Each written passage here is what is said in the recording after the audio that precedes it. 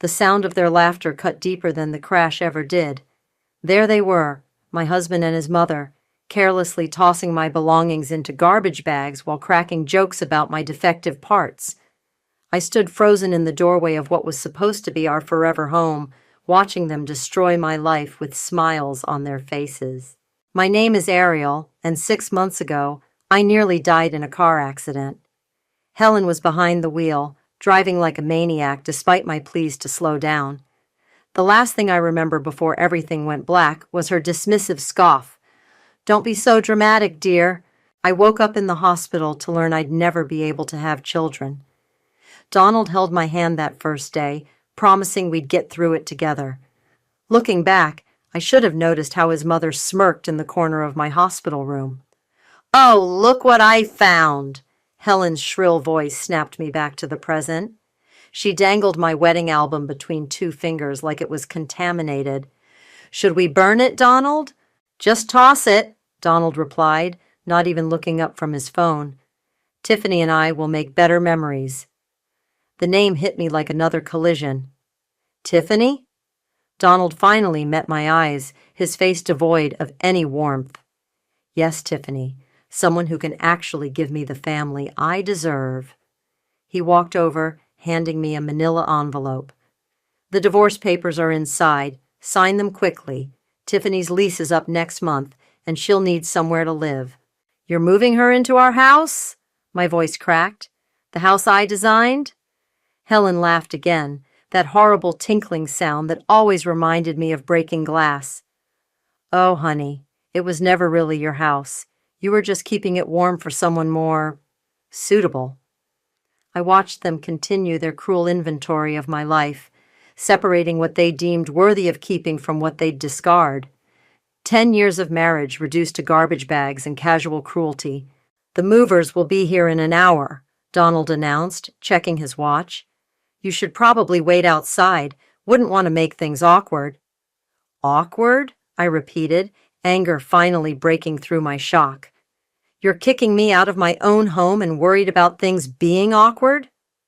Helen stepped forward, her designer heels clicking against the hardwood floors I'd personally selected. "Now, Ariel, let's not make a scene. You must have known this was coming. After the accident—" She paused, her lips curling into a practiced look of sympathy that never reached her eyes. "Well, what use is an interior designer who can't design a nursery?" The words were meant to break me, and maybe a few months ago they would have. But something inside me had hardened during those lonely nights in the hospital, during those physical therapy sessions neither of them bothered to attend. I turned and walked to the study, my study, ignoring their protests. In the bottom drawer of my desk, behind old tax returns and warranty cards, was a document my father had insisted I keep safe. "Just in case," he'd said, hugging me tight after the wedding. Because sometimes love isn't enough. My fingers closed around the folder, just as Donald appeared in the doorway. "What are you doing? The study is off limits." I pulled out the prenuptial agreement, the one his mother had actually insisted upon, believing it would protect her precious son from my gold-digging ways. But my father, ever protective, had added his own clause, one that Helen had been too arrogant to read carefully. For the first time since walking into this nightmare, I smiled. "You know what's funny, Donald? You and your mother have spent the last hour laughing at me, but I don't think you're going to find this very amusing at all. What are you talking about?" Helen appeared behind him, face flushed with irritation. I carefully tucked the document into my purse. "You'll find out soon enough, but for now—" I walked past them, head held high. "I think I will wait outside. I have a very important call to make to my lawyer." As I stepped onto our front porch, my front porch, I could hear Helen's voice rising in confusion. "Donald, what clause is she talking about?" I pulled out my phone and dialed Jerome's number, my father's oldest friend, and the lawyer who drafted that prenup. My hands weren't shaking anymore. For the first time since the accident, I felt steady, strong, and absolutely certain about what came next. Sometimes karma needs a little help, and I was about to become its favorite assistant. Jerome's office hadn't changed in the decades since my father first brought me here. The same leather chairs, the same wall of law books, the same comforting smell of coffee and old paper. But today, everything felt different. Today, I wasn't here as my father's daughter. I was here as a woman, ready for war. "Show me the clause again," Jerome said, adjusting his reading glasses. I handed him the prenup, watching as he flipped to the relevant page. His eyes widened slightly. "Your father was always brilliant, but this is masterful. What exactly does it mean?" I leaned forward, heart pounding. "It means, my dear, that when Helen caused that accident, she triggered this clause." He tapped the paper. "Any negligent action by the husband's immediate family resulting in physical harm to the wife automatically transfers all joint marital assets to the wife's sole possession." I blinked. "The house? Yours? The cars? All of them? The business accounts?" Jerome smiled, the kind of smile that reminded me of my father when he was about to win at chess. "Every penny that was jointly held or acquired during the marriage. And here's where it gets interesting." He pulled out another stack of papers. "Your interior design business? The startup capital came from Donald's family trust." "Helen insisted on that," I said. "She wanted to control everything." Well, her control just backfired spectacularly, because that investment creates a direct financial link between your business and their family assets. It strengthens our case significantly. A knock at the door interrupted us. A tall man in a well-worn leather jacket entered, carrying a thick folder. Curtis," Jerome said. "Perfect timing. Ariel, this is Curtis Holmes, the best private investigator I know." Curtis nodded, dropping the folder on Jerome's desk. "You're going to want to see this. I did some digging into the new girlfriend, Tiffany, like you asked." I opened the folder, and my stomach lurched. There were photos of Donald and Tiffany together, dated weeks before my accident. Text message records, hotel receipts. He was cheating before the crash? My voice sounded distant to my own ears. "Gets better," Curtis said, pulling out more documents. "Or worse, depending on how you look at it. Your mother-in-law's been paying Tiffany's rent for the past 3 months." Jerome whistled low. "They planned this. The accident might not have been intentional, but they definitely used it as an excuse to push you out." My hands were shaking again, but not from fear this time.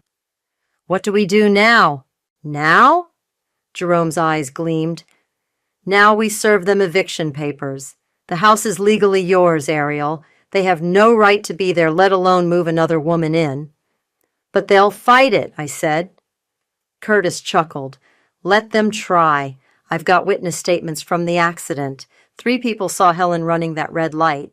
She was on her phone, arguing with someone. The police report backs it all up. And I've already filed the property transfer papers," Jerome added. "They're being processed as we speak. Donald and Helen are about to learn a very expensive lesson about karma." My phone buzzed, a social media notification. Donald had just posted a picture of himself and Tiffany in my living room, champagne glasses raised. The caption read, "New Beginnings." "When can we serve the papers?" I asked, my voice steady. Jerome checked his watch. "The moving truck you requested is already on standby. We can have everything in motion within the hour." "Do it," I said, standing up. "And Jerome, make sure there are plenty of copies of those photos of Donald and Tiffany. I want Helen to see exactly when her precious son started cheating." As Jerome made the calls, I stared out his office window at the city below. Somewhere out there, Donald and Helen were probably still laughing, thinking they'd won, thinking they'd successfully disposed of me like last season's furniture. My phone buzzed again, this time a text from my best friend Delilah. "How'd it go with Jerome?" I typed back, "The house is mine. All of it is mine. Serving papers today." Her response was immediate. "Want me there for moral support when it all goes down?" I smiled, remembering all the times Delilah had stood by me while Helen tried to undermine my confidence, while Donald slowly pulled away after the accident. "Yes," I replied. Come watch karma do its thing. Jerome's voice pulled me back. Ariel? The movers are in position. The servers are ready with the papers. It's time. I took a deep breath, picked up my purse, and headed for the door.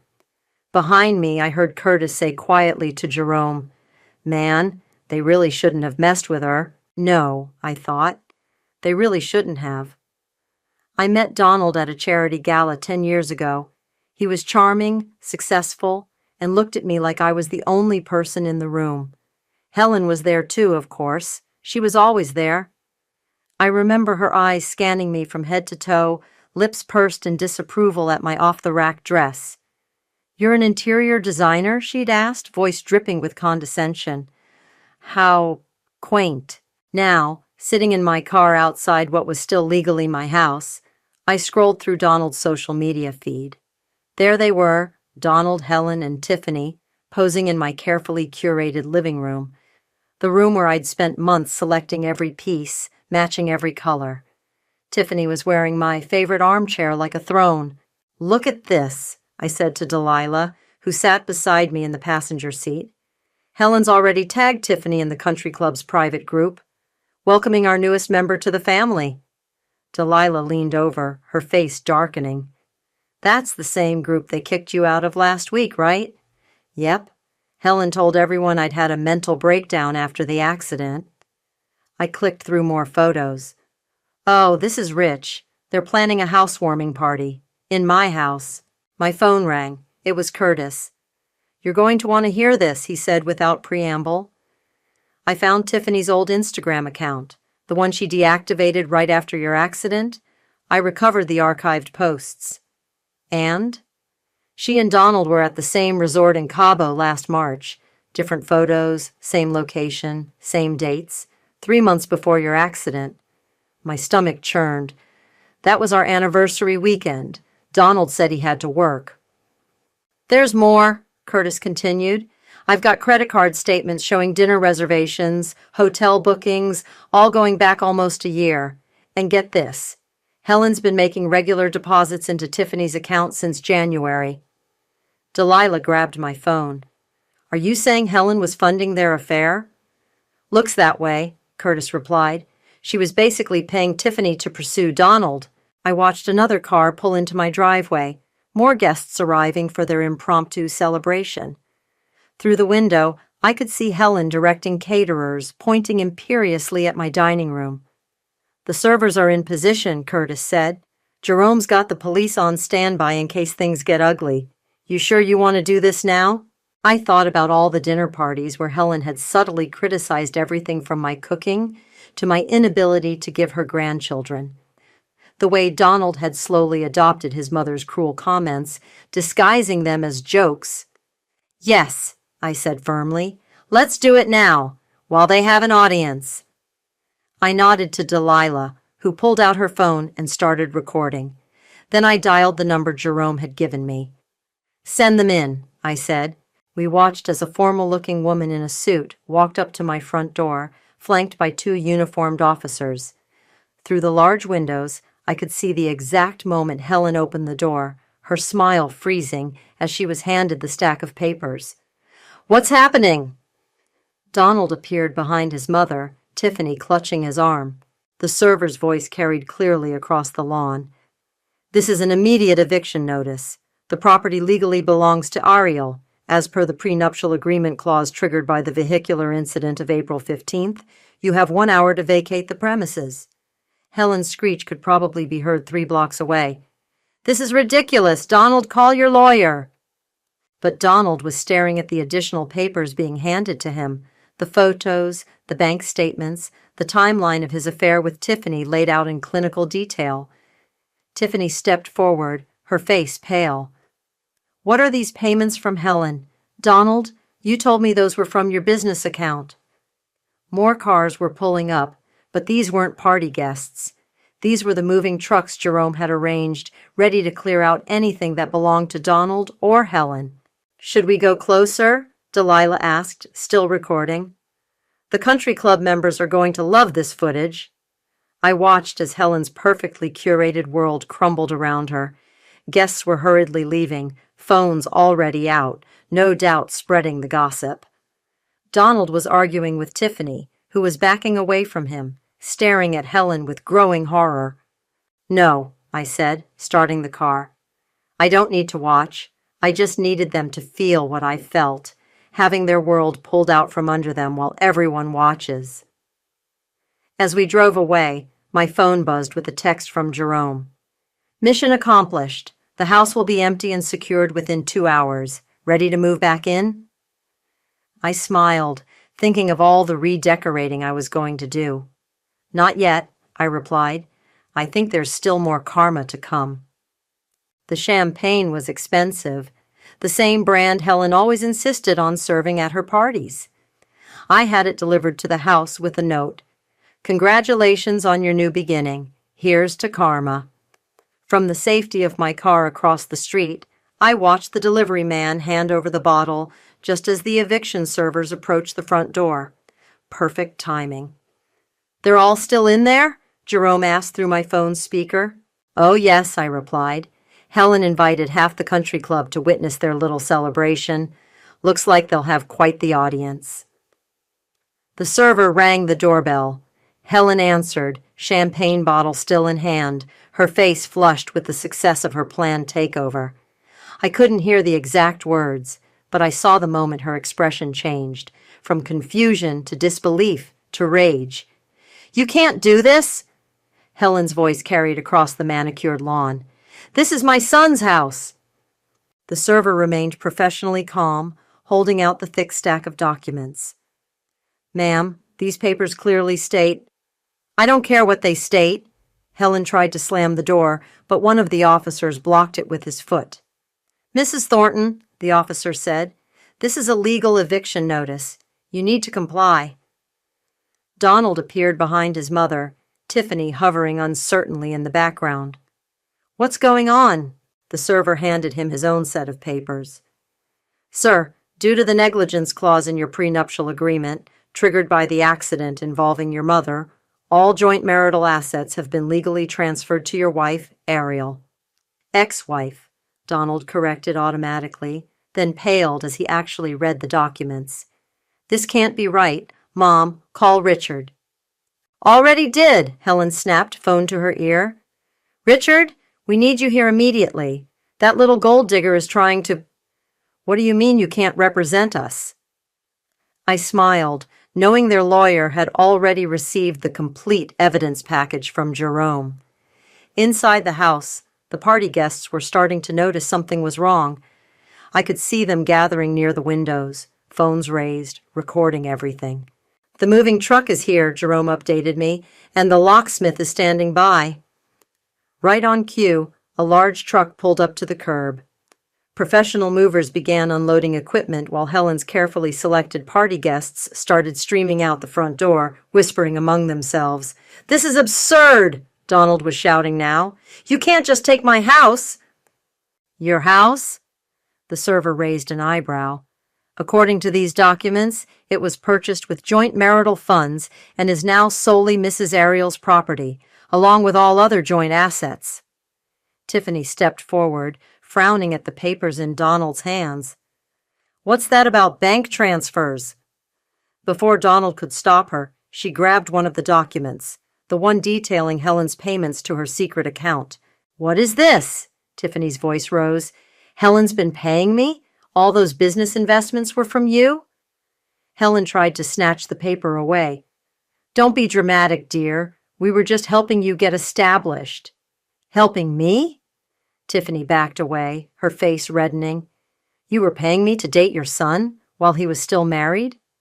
The remaining party guests were absolutely still now, phones still recording, drinking in every word of this unexpected drama.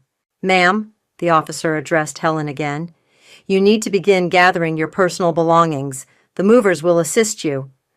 "I will not be thrown out of my son's house by that baron—" "Mom!" Donald interrupted, finally seeing the phones pointed their way.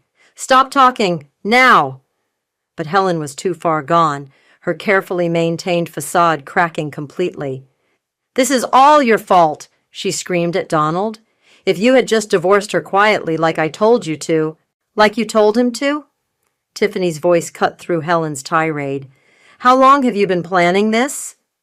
The movers were already entering the house, beginning to separate Donald and Helen's belongings from the house fixtures. The locksmith waited patiently by his van. My phone buzzed with a text from Delilah. Country club group chat is blowing up. Helen's getting destroyed. Another buzz, this time from Curtis. You've got a visitor heading your way. Tiffany just left the house. I looked up to see Tiffany walking toward my car, her face set in determination.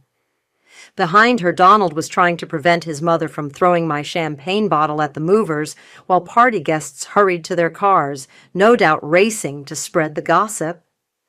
Should I stay on the line? Jerome asked, concern in his voice.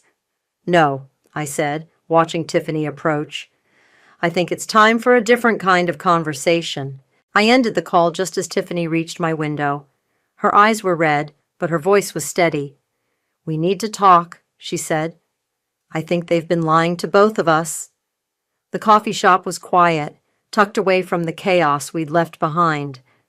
Tiffany sat across from me, staring into her untouched latte, her perfectly manicured nails tapping nervously against the ceramic mug. He told me you were cold, she said finally, that you'd changed after the accident, become obsessed with work, refused to try fertility treatments. I pulled out my phone, opening my medical records. Here's what really happened. The crash crushed my pelvis. Helen was texting while driving, ran a red light. The damage was... I swallowed hard. There weren't any treatments to try. Tiffany took the phone, her face paling as she scrolled through the hospital reports. He said it was a minor fender bender, that you were exaggerating for attention. Donald's good at rewriting history, I said, but I'm guessing you're starting to figure that out. She reached into her purse, hands shaking slightly, and pulled out the financial documents from the eviction papers. These payments from Helen, I thought they were business investments. Donald said his family's company was backing my startup. What kind of startup? A wellness brand, organic supplements, that sort of thing. She laughed bitterly. God, I'm such an idiot. There is no startup, is there? She was just paying me to be with her son. I took a sip of my coffee. How did you meet Donald? At a gym. He said it was coincidence, but... She trailed off, realization dawning. Helen was there first. She struck up a conversation, mentioned her single son who loved fitness. She orchestrated the whole thing, didn't she? Curtis, my investigator, found something interesting, I said, pulling out more papers. Your gym membership was paid for by Helen's personal account, 3 months before you accidentally met Donald. Tiffany's face crumpled. I'm going to be sick. It gets worse, I continued, sliding over another document. These are loan applications in your name. Donald's been using your personal information to secure business loans. What? She grabbed the papers, horror spreading across her face. I never signed these. No, but Helen did. She's gotten quite good at forging signatures over the years. Did the same thing to me early in my marriage. Opened credit cards, took out loans. Donald called it helping with the finances. Tiffany's hands were shaking so badly she nearly knocked over her coffee. There's over $200,000 in loans here, in my name. They're setting you up, I said quietly. Just like they set me up. Helen finds women she can control, Donald charms them, and then they slowly take everything. The only reason they didn't succeed with me was my father's prenup clause. Why are you telling me this? Tiffany looked up, tears in her eyes. Why help me after what I did to you? Because you didn't do anything to me. You're just another victim of their game. I pulled out one final document, a blank legal statement. But you could help me stop them from doing this to anyone else. She stared at the paper for a long moment. What do you need?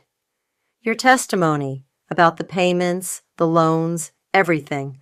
My lawyer thinks we can build a fraud case against both of them. Helen will destroy me, Tiffany whispered. No, I said firmly. She won't, because this time we're going to destroy her first. Just then, both our phones buzzed, notifications from the country club's social media group. Someone had posted a video of the eviction scene, capturing Helen's meltdown in high definition. Tiffany watched the clip, wincing at Helen's screaming admission about orchestrating the divorce. She really did plan it all, didn't she? The accident, the affair, everything. Yes, I said, and now she's going to pay for it. The question is, are you with me? She picked up the blank statement, her jaw set with determination. Where do I sign? I texted Jerome, Tiffany's on board. Get the fraud paperwork ready. His response was immediate. Already done. Helen's been busy today, trying to transfer large sums out of their accounts. Bank flagged it as suspicious activity. I showed Tiffany the message. Looks like they're already starting to panic. Good, she said, her voice hard. They should be scared. She looked up at me, eyes clear for the first time. I'm sorry about everything. I really thought I was the good guy in this story. We're both the good guys now, I replied. And Helen's about to learn what happens when the victim she created decide to fight back. My phone buzzed again, Curtis this time. You need to see this. Helen just tried to access your old business accounts. Got it all on camera. I smiled at Tiffany. Ready to watch karma in action? She straightened her shoulders, a fierce look replacing her earlier uncertainty. Let's take them down. The first text from Helen arrived at midnight. We need to talk. Don't ruin everything for Donald.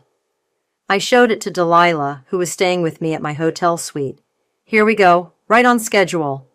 Ignore it, she said, but my phone kept buzzing. Helen. Be reasonable. We can work something out. Helen. Name your price. Helen. You're making a terrible mistake. Then came the voicemail. Ariel, dear, I know we've had our differences, but this vendetta is beneath you. I'm willing to offer you a very generous settlement. Call me back. Generous with whose money? Delilah snorted. The cash she stole from you? My phone lit up with an incoming call. Donald this time. I put it on speaker. Ariel, please, his voice cracked. Mom's having a breakdown. The bank's frozen our accounts. Just tell me what you want. I want the truth, I said coldly. About the accident, about Tiffany, about everything. It wasn't what you think. Really? Because I have security footage of your mother trying to access my business accounts yesterday. Want to explain that? Silence then. That's not... She was just committing fraud? Again? I pulled up my email, reading from Curtis's latest report. Like she did with those loan applications in Tiffany's name? You talked to Tiffany? Fear crept into his voice. She's sitting right here, I lied, enjoying his sharp intake of breath. She's very interested in how her signature ended up on all those documents.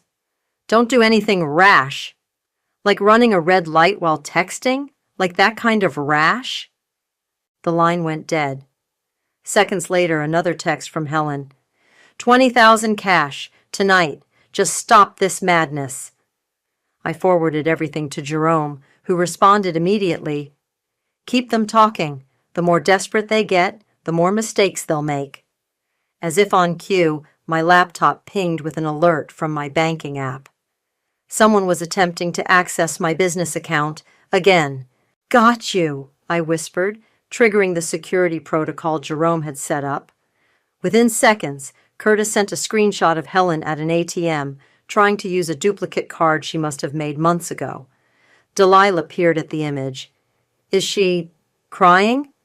Good, I said, remembering how she'd laughed while packing my things. Let her cry. My phone buzzed with a new message, this one from an unknown number. It's Tiffany. Helen just called me, offering money to fix this misunderstanding. She doesn't know I'm working with you. I smiled. Tell her you'll think about it. Let's see what else she offers. The next hour brought a flood of increasingly desperate messages from Helen. I have connections. I can make your life very difficult. Think about Donald's future.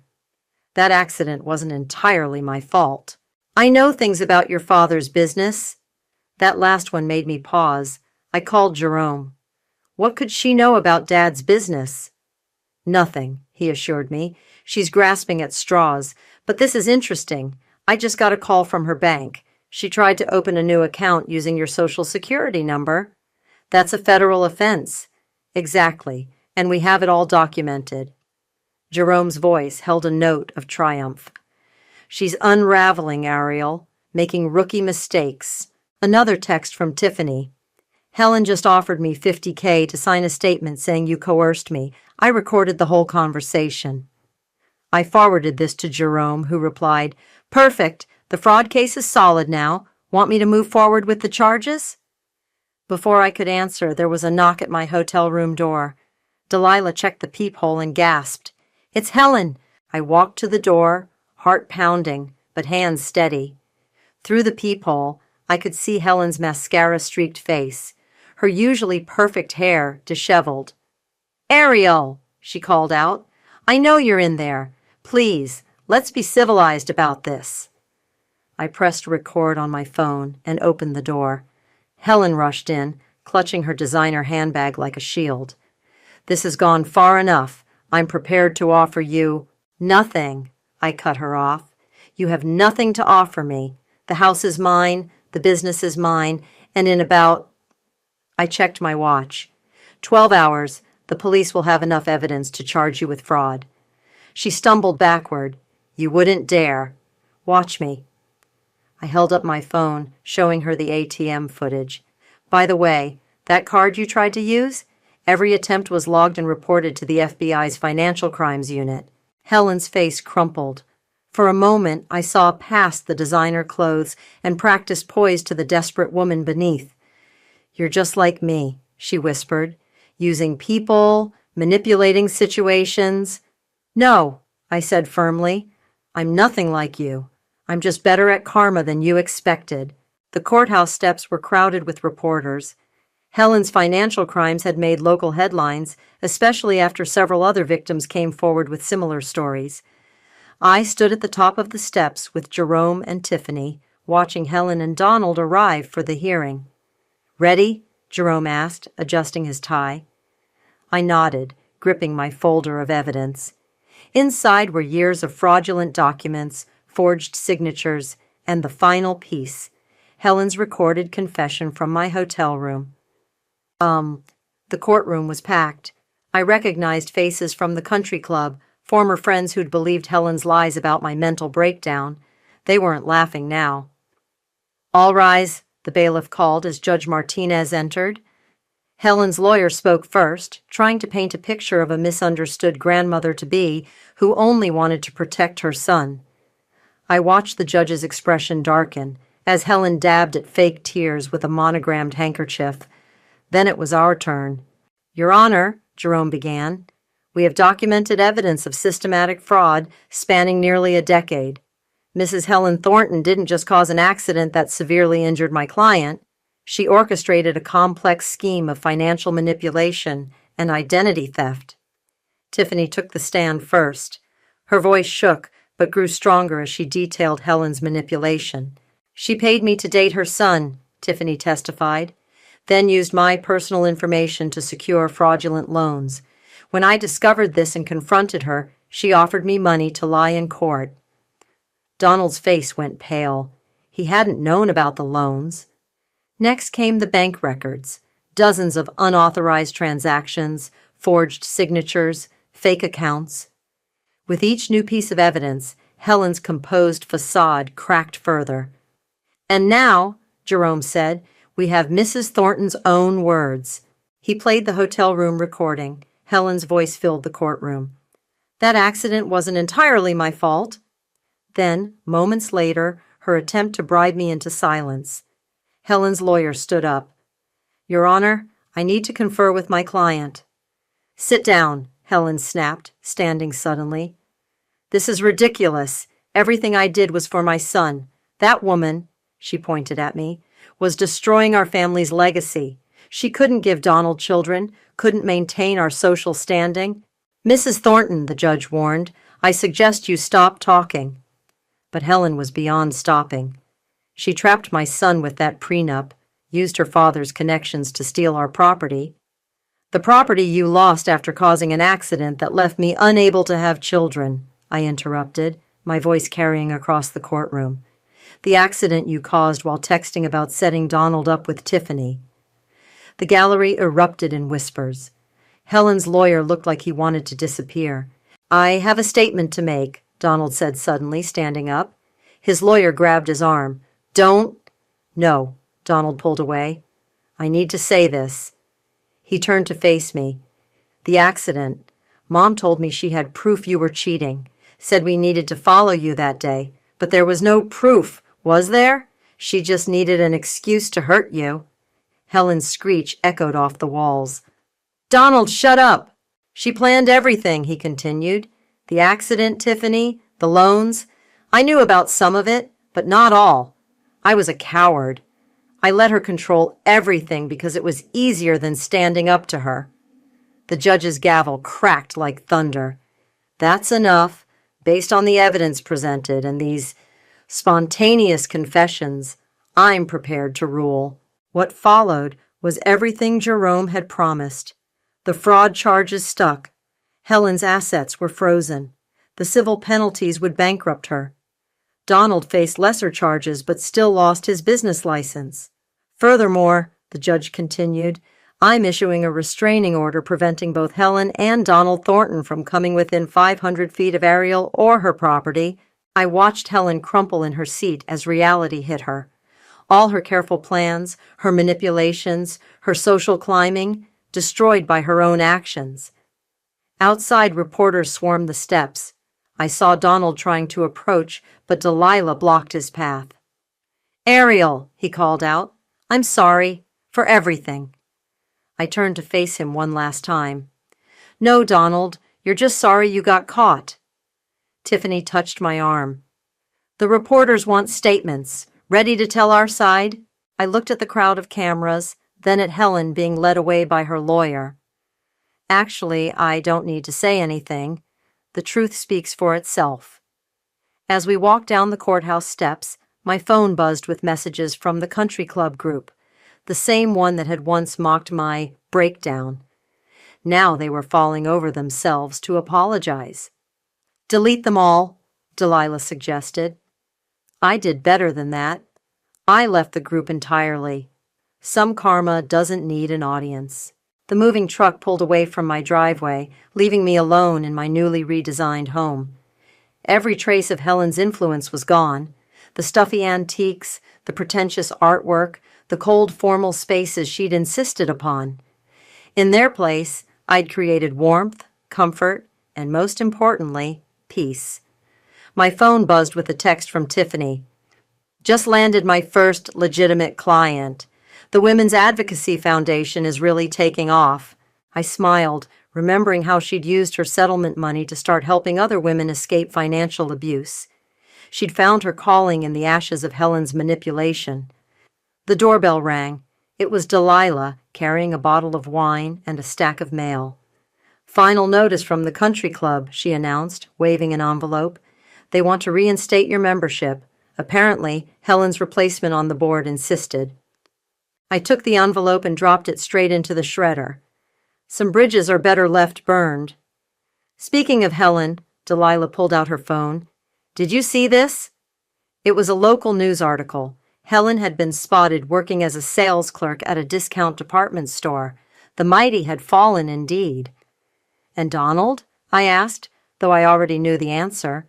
Living with his cousin in Ohio. The medical supply company he started with those fraudulent loans? Completely bankrupt. Delilah poured the wine. Jerome says he's working as a gym trainer now. The irony wasn't lost on me. That's how he'd met Tiffany, in a gym, playing his mother's game. Now he was back where he started, but without the family fortune to cushion his fall. A car pulled into my driveway, Jerome, right on time. He carried a thick folder and wore the smile that meant good news. The last of the paperwork, he announced, spreading documents across my kitchen island. Helen's appeal was denied, the fraud charges stick, and she's required to pay restitution to all identified victims. How many came forward in the end? 17, Jerome said grimly. 17 women they'd scammed over the years. You were just the first one to fight back. I signed where he indicated, officially closing this chapter of my life. But something still nagged at me. My father knew, didn't he? That's why he insisted on that clause in the prenup. Jerome's expression softened. Your father was a good judge of character. He saw through Helen's facade at that first dinner. The clause was his way of protecting you, even after he was gone. The doorbell rang again. This time it was Curtis, looking unusually formal in a suit. Just came from the FBI field office, he said, accepting a glass of wine. They're using your case as a template for investigating similar fraud patterns.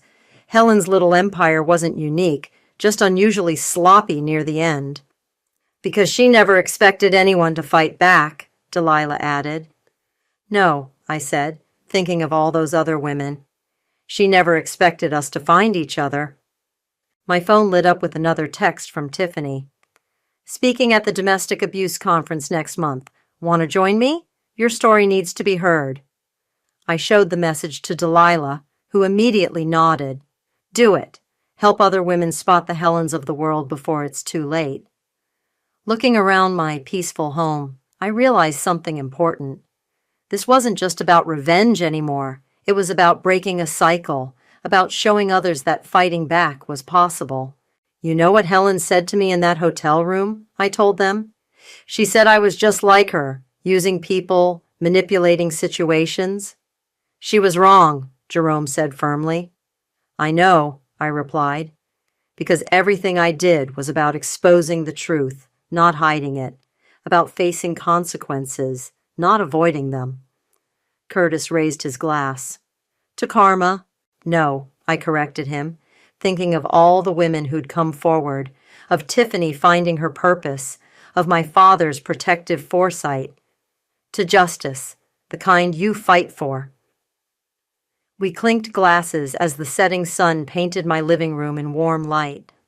On my wall hung a single photograph, not of my wedding or the life Helen had tried to orchestrate, but of my father and me at my college graduation. He was smiling, proud and protective to the end. I touched the frame gently. You were right, Dad. Sometimes love isn't enough. Sometimes you need a good lawyer and an even better prenup. Delilah laughed, linking her arm through mine. And sometimes you need to let karma do its thing. No, I said, smiling at my chosen family gathered in my reclaimed home. Sometimes you need to give karma a little help.